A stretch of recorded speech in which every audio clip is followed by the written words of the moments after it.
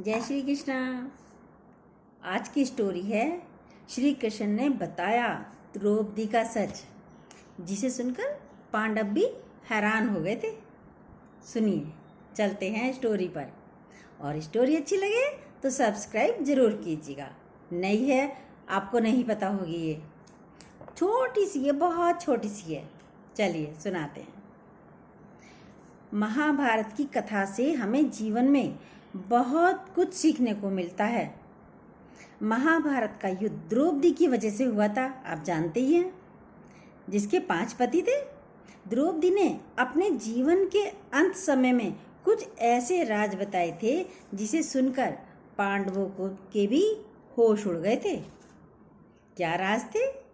चलिए सुनते हैं। द्रौपदी का सबसे बड़ा राज क्या था, आइए जानते हैं, जो द्रौपदी ने अंत समय में बताया था। पांडव भी सुनकर जिसे हैरान हो गए थे। युधिष्ठिर के राजपाट त्यागने के बाद 5 पांडव द्रौपदी के साथ जंगल में कुटिया बनाकर रहने लगे। एक बार द्रौपदी को भूख लगी थी।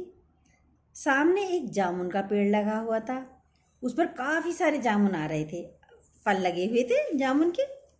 जैसे ही द्रौपदी ने जामुन का एक गुच्छा तोड़ा तो वहां तभी भगवान श्री कृष्ण पहुंच गए।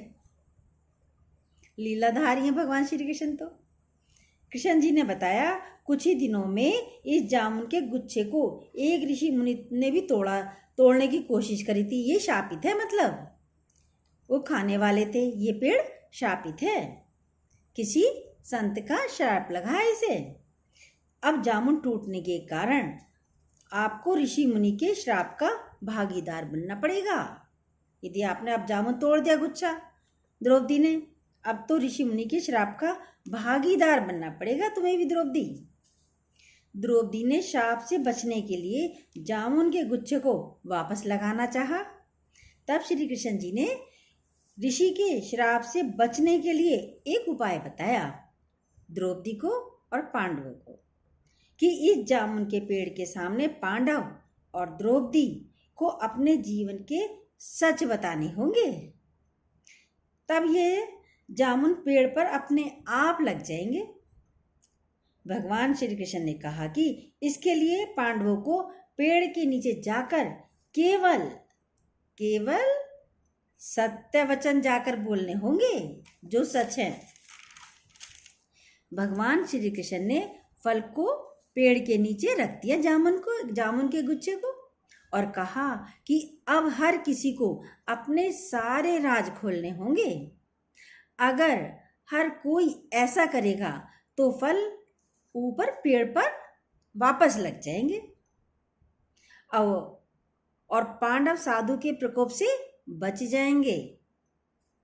सबसे पहले श्री कृष्ण ने युधिष्ठिर को बुलाया, बड़े थे, बुलाया। युधिष्ठिर ने कहा कि भाई युधिष्ठिर, तुम जाओ पेड़ के नीचे, सत्य बताओ। युधिष्ठिर ने कहा, दुनिया में सत्य, ईमानदारी, सहिष्णुता का प्रसाद होना चाहिए, जबकि बेईमानी और दुष्टता का सर्वनाश होना चाहिए। युधिष्ठिर ने पांडवों के साथ हुए सभी बुरी घटनाक्रमों के लिए द्रौपदी को जिम्मेदार ठहराया। थी भी द्रौपदी जिम्मेदार महाभारत के युद्ध की। युधिष्ठिर के सत्य वचन कहने के बाद फल जमीन से 2 फीट ऊपर उठ गए। अब श्री कृष्ण ने भीम से बोलने के लिए कहा। साथ ही श्री कृष्ण ने भीम को चेतावनी भी दी कि अगर तुमने झूठ बोला तो फल जलकर राख हो जाएंगे भीम, इसलिए सत्य ही बोलना। भीम ने सबके सामने स्वीकार किया कि खाना, लड़ाई, नींद के प्रति उसकी आसक्ति कभी कम नहीं होती। भीम ने कहा वह धृतराष्ट्र के सभी पुत्रों को मार देगा।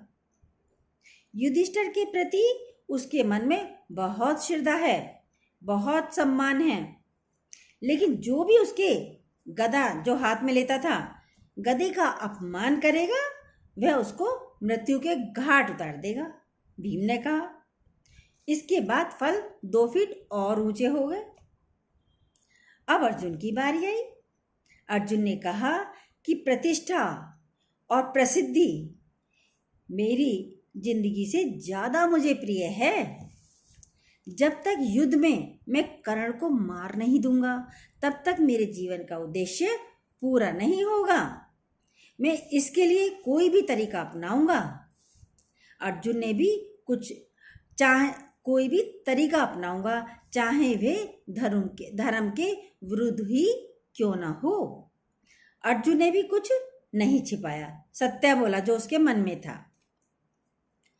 अर्जुन के बाद तब भी फिर अपना 2 फुट और ऊंची हो गई फल का गुच्छा। अब अर्जुन के बाद नकुल सहदेव ने भी सत्य बोला जाकर, और 2 फुट ऊंचा हो गया फल का गुच्छा। सच सच सब कुछ कह दिया नकुल सहदेव ने भी। अब केवल द्रौपदी ही बची थी। द्रौपदी ने कहा, मेरे 5 पति मेरी ज्ञानेंद्रियों आँख कान नाक जीभ और शरीर की तरह हैं। मेरे 5 पति कैसे हैं? मेरी ज्ञानेंद्रियों की तरह हैं, जैसे आँख कान नाक जीभ और शरीर ऐसे हैं। मेरे 5 पति हैं, लेकिन मैं उन सभी के दुर्भाग्य का कारण हूँ। द्रौपदी ने कहा, मैं शिक्षित होने के बावजूद बिना सोच विचार कर किए गए अपने कार्यों के लिए पछता रही हूँ। मुझे पछतावा है। लेकिन द्रौपदी के यह सब बोलने के बाद भी फल का जो गुच्छा था ऊपर नहीं उठा। तब श्री कृष्ण ने कहा कि द्रौपदी, कोई रहस्य छिपा रही हो। भगवान बोले।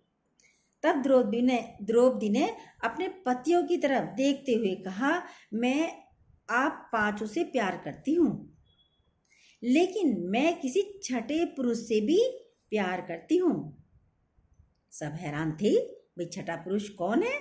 हम सब भी तो नहीं जानते थे ना कि कौन है। आज तक सुना ही नहीं था, पर आज सुनिए कि मैं छठे पुरुष से भी प्यार करती हूँ। मैं कर्ण से प्यार करती हूँ। द्रौपदी बोली, जाति की वजह से उससे विवाह नहीं करने का मुझे अब पछतावा है, क्योंकि छोटी जाति का था, सूत पुत्र कहलाता था।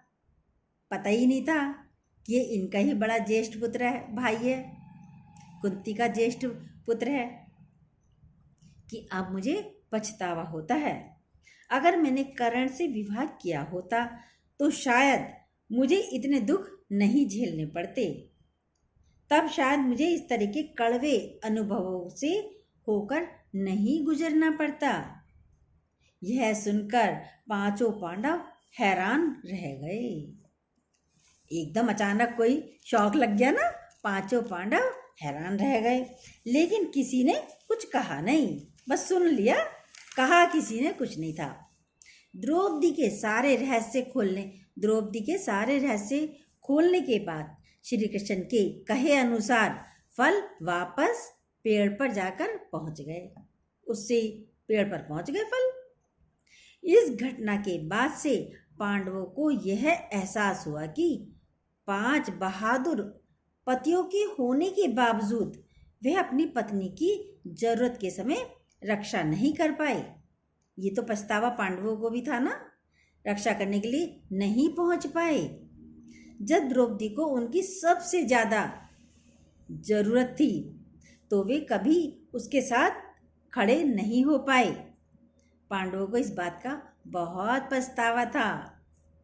यह है द्रौपदी का सच, जिसे सुनकर पांडव भी हैरान हो गए। बहुत छोटी सी स्टोरी थी ना, कैसी लगी जरूर बताइए। आपको नहीं पता था ना?